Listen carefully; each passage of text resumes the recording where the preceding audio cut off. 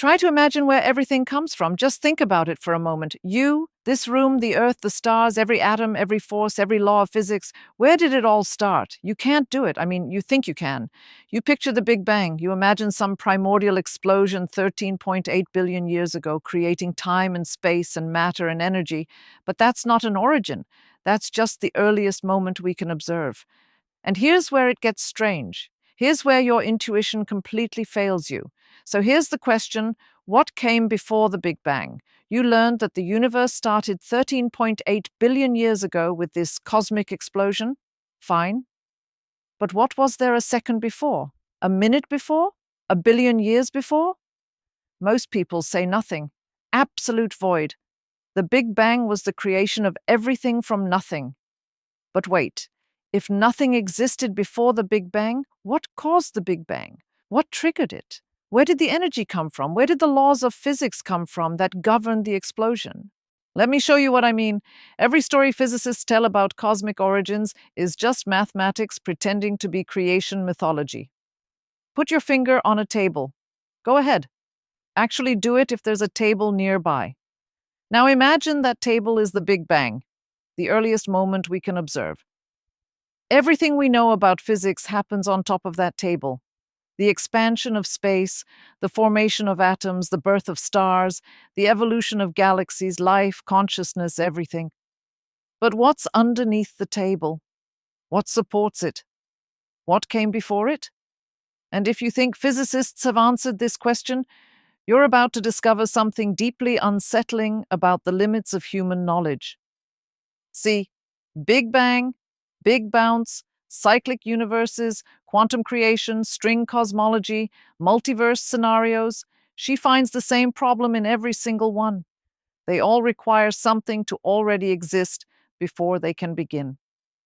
Take quantum creation. Some physicists claim the universe was created spontaneously from quantum vacuum fluctuations. Sounds scientific, but wait, where did the quantum vacuum come from? Where did quantum mechanics itself come from? You're not creating something from nothing. You're creating something from quantum field theory, which is an incredibly complex mathematical framework that definitely counts as something.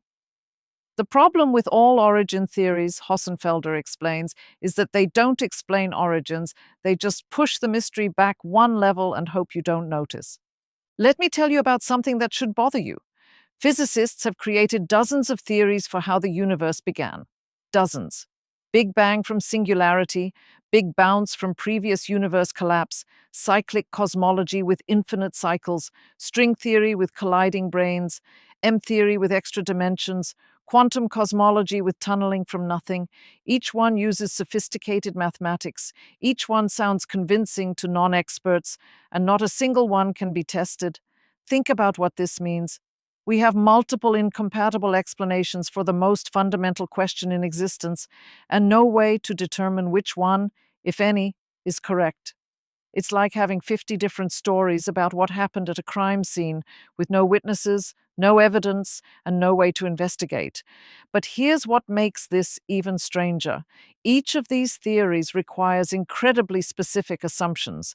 The Big Bang needs perfectly tuned initial conditions. Exactly the right density, exactly the right expansion rate, exactly the right distribution of matter and energy.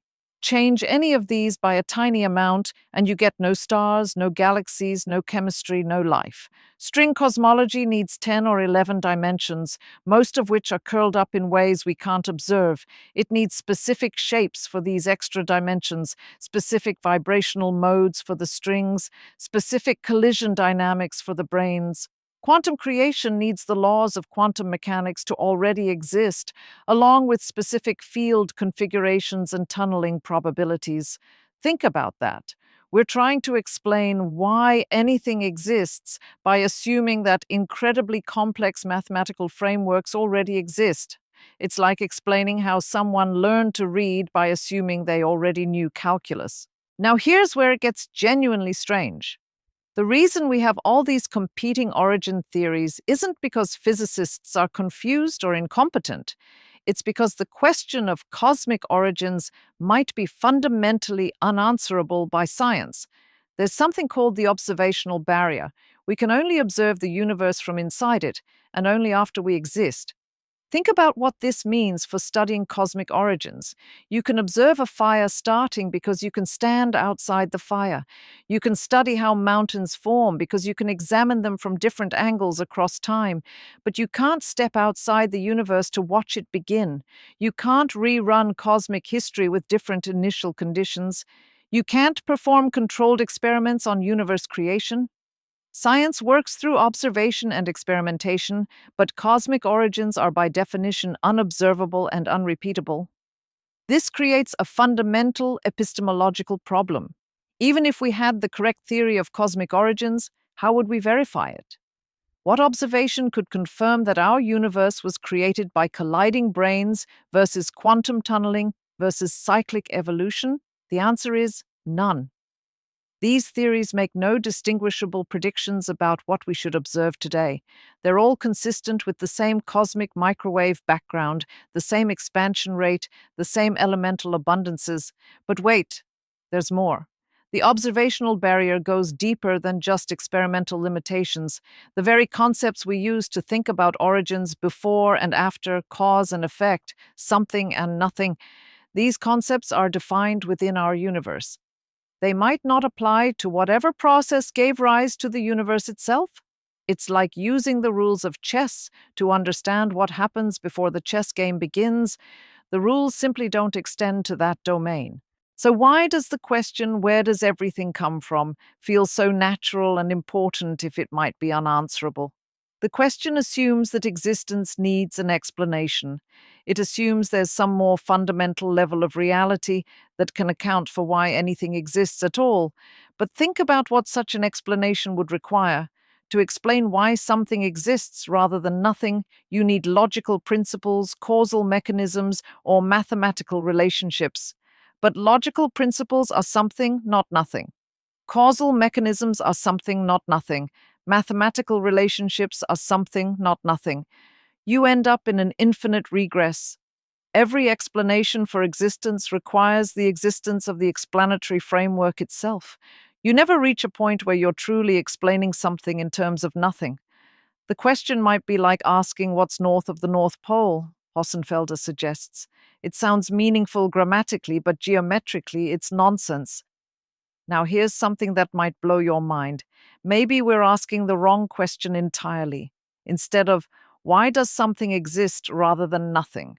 Maybe we should ask, why do we expect nothing to be the default state? Think about it. You've never actually encountered nothing. True nothingness. No space, no time, no laws, no potential, no possibility. You can't even imagine it because imagining involves mental processes which are definitely something. So why do we assume that nothing is somehow more natural than something? Why do we think existence needs special justification while non-existence would be self-explanatory? This is what philosophers call the problem of nothing. We treat nothingness as simple and existence as complex, but actually nothingness is the most mysterious concept we can conceive. How could there be a state where no states are possible? How could there be a condition where no conditions obtain? Now, you might be thinking this is all very philosophical and depressing. If physics can't explain cosmic origins, what good is it? The failure to explain ultimate origins doesn't diminish what physics has achieved. It clarifies what physics is for. Look at what physics has actually accomplished. We understand how stars form from gas clouds and forge heavy elements in their cores. We know how galaxies evolve and merge across cosmic time. We can trace the history of the universe from the cosmic microwave background to the present day. We've figured out how atoms hold together, how chemical bonds form, how DNA replicates, how brains process information. We can predict the behavior of subatomic particles, design quantum computers, cure diseases using precisely targeted radiation.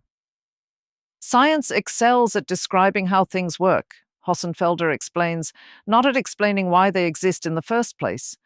The laws of physics tell us how matter and energy behave, how forces interact, how systems evolve, but they don't tell us why these particular laws exist rather than others, or why anything exists at all to follow laws. This isn't a bug in physics, it's a feature. Science is fundamentally about pattern recognition. We observe regularities in how things behave and encode those patterns as mathematical laws. The question of why those patterns exist takes us outside the domain where scientific methods can provide answers. Recognizing this doesn't make science less valuable. It makes science more honest about its scope and prevents it from becoming another form of creation mythology. And here's something beautiful. Admitting the limits of scientific explanation opens space for other ways of approaching ultimate questions. Philosophical reflection, artistic expression, spiritual inquiry, mathematical exploration for its own sake, these don't have to compete with or masquerade as science. There's one more thing that should amaze you. The universe has organized itself into patterns complex enough to ask where it came from. Think about the astronomical improbability of this situation. You are a collection of atoms that were forged in stellar cores, organized by evolution into neural networks capable of contemplating cosmic origins. You're made of star stuff that learned to wonder about stars. You're a way for the universe to know itself, even though it can't fully explain itself. We are the universe looking at itself and asking questions it can't answer, Hossenfelder reflects. And maybe that's more remarkable than any origin story could be. The mystery of existence isn't a problem waiting to be solved. It's the backdrop against which all our discoveries and experiences become meaningful. Every time you understand something about how the world works, you're participating in the universe's attempt to comprehend itself. And the fact that some questions remain forever beyond our reach, that's not a failure of human inquiry. That's what makes inquiry precious. If we could explain everything, if mystery could be eliminated, would knowledge still feel valuable? Would discovery still bring wonder? The permanence of ultimate mystery keeps us humble. It reminds us that no matter how much we understand about the mechanisms of reality, reality itself remains fundamentally astonishing. You exist in a universe where the deepest questions have no answers, and somehow that fact doesn't diminish the universe's beauty, it enhances it. The mystery of why anything exists makes the existence of beautiful things. Sunsets and symphonies, love and understanding, curiosity and consciousness feel like impossible gifts rather than inevitable consequences. So, can you imagine where everything comes from now? Can you picture the ultimate origin, the final explanation, the deepest answer? You can't.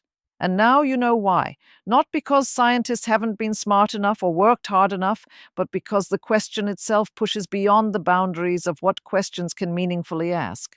Sabine Hossenfelder has shown us that honest physics requires admitting ignorance about ultimate origins. Every creation theory, no matter how sophisticated, just relocates the mystery to some deeper level that itself demands explanation.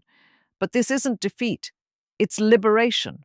Liberation from the impossible burden of explaining everything. Liberation to focus on what we can discover about how the universe works rather than why it exists. You are here in this moment, able to think about these questions, even though they have no answers. The atoms in your body have existed for billions of years, cycling through stars and planets and countless other forms before organizing themselves into the pattern that experiences itself as you. The universe doesn't owe you an explanation for why this is possible. It doesn't need to justify its own existence to make your existence meaningful. The fact that anything exists at all, stars and songs, mathematics and music, questions and consciousness, that's not a puzzle to be solved, but a reality to be lived. We don't need to know where everything comes from to appreciate that everything is here. And in a universe where the deepest questions have no answers, perhaps the most profound response is not explanation but wonder, not solution but gratitude, not comprehension but amazement at the simple, impossible fact that anything exists at all.